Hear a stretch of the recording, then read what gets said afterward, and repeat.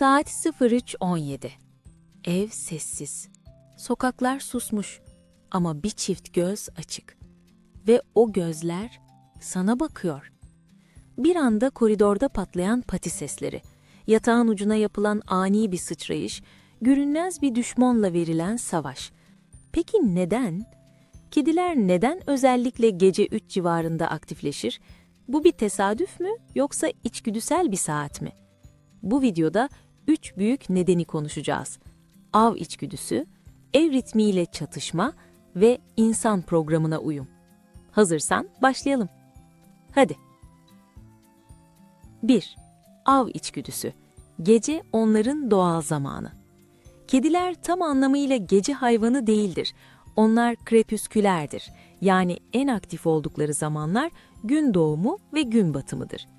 Doğada küçük kemirgenler, kuşlar ve böcekler en çok bu saatlerde hareket eder. Yani av tam o saatlerde ortalıktadır. Evde yaşayan kedinin önünde bir fare yok, bir serçe yok ama içindeki sistem hala çalışıyor. Saat 2:50. Vücut diyor ki av zamanı yaklaşıyor. Enerji birikmiş, gün boyunca uyudu, sen işe gittin, o pencere kenarında 6 saat kestirdi, akşam biraz oyun oynadı ama tam boşalamadı. Ve gece, ev sessizleştiğinde en küçük ses bile bir hedefe dönüşür. Perde hafif kıpırdar, buzdolabı motoru devreye girer, uzaktan gelen bir araba sesi yankılanır. Onun beyni için bu potansiyel bir harekettir. O anda koşmaya başlamasının nedeni delilik değil, biyolojidir. Ataları Afrika savanlarında gece serinliğinde avlanıyordu. O miras apartman dairesine taşındı.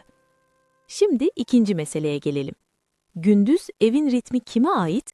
Sana. Sen hareket halindesin, telefon çalıyor, kapı açılıyor, konuşmalar var. Bu hareketlilik kedinin tam derin uykuya geçmesini engeller. O yüzden gün içinde kısa kısa uyur. Ama gece, sen yatağa girince ev gerçek sessizliğe kavuşur. İşte o an onun için alan açılır. İnsanlar karanlığı dinlenme zamanı olarak kodladı. Kediler için karanlık çevresel avantajdır. Düşün, geceleri görme yetenekleri insanlardan kat kat iyidir. Retinalarında daha fazla çubuk hücre bulunur. Az ışıkta bile hareketi algılayabilirler. Yani gece senin dezavantajın, onun üstünlüğüdür. Karanlık karardığında aslında kontrol ona geçer. Ve o enerjiyi atmazsa ne olur?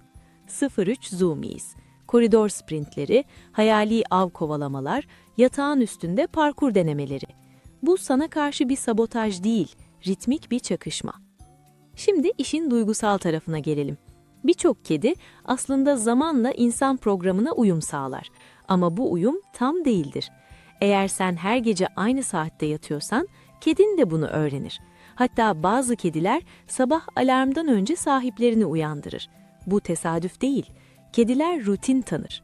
Beslenme saatini bilir. Işığın kapanma zamanını bilir. Peki neden 03? Çünkü bu saat genellikle gecenin en derin sessizliğidir. Ev tamamen durmuştur ve bazı kediler için bu bağlantı zamanıdır. Dikkat ettin mi? Gece aktif olan birçok kedi bir noktada sahibinin yatağına gelir. Ya seni koklar, ya göğsüne oturur ya da patisiyle hafifçe dokunur. Bu sadece oyun değil. Gece ortamı kediler için daha güvenli ve daha samimidir.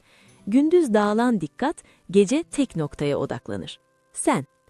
Bazı kediler gece seni uyandırır çünkü uyan ve benimle etkileşime gir der. Bu davranış farkında olmadan pekişir. Bir kere kalkıp mama verdiysen o saat artık anlam kazanır. Ve kedi öğrenir. 03:00 eşittir insan tepki veriyor. Peki bu normal mi? Evet, çoğu durumda tamamen normal. Ama burada küçük bir ayrım var. Eğer gece aktivitesi aşırı stresli, takıntılı ya da agresifse altta yatan bir sorun olabilir. Can sıkıntısı, yetersiz oyun, fazla gündüz uykusu ya da bazen tiroid gibi fizyolojik sebepler. Ama büyük çoğunlukla mesele şu: enerji dengesi. Kedi gün içinde harcamadığı enerjiyi gece harcar. Peki ne yapılabilir? Onu tamamen gececi bir canlıdan gündüzcüye çeviremezsin ama denge kurabilirsin. Akşam yatmadan önce 15-20 dakikalık yoğun bir av oyunu, Gerçekten av simülasyonu. Kovalama, yakalama ve en sonunda küçük bir ödül maması. Bu av döngüsünü tamamlar. Doğada avlanan kedi avlanır, yer, temizlenir, uyur.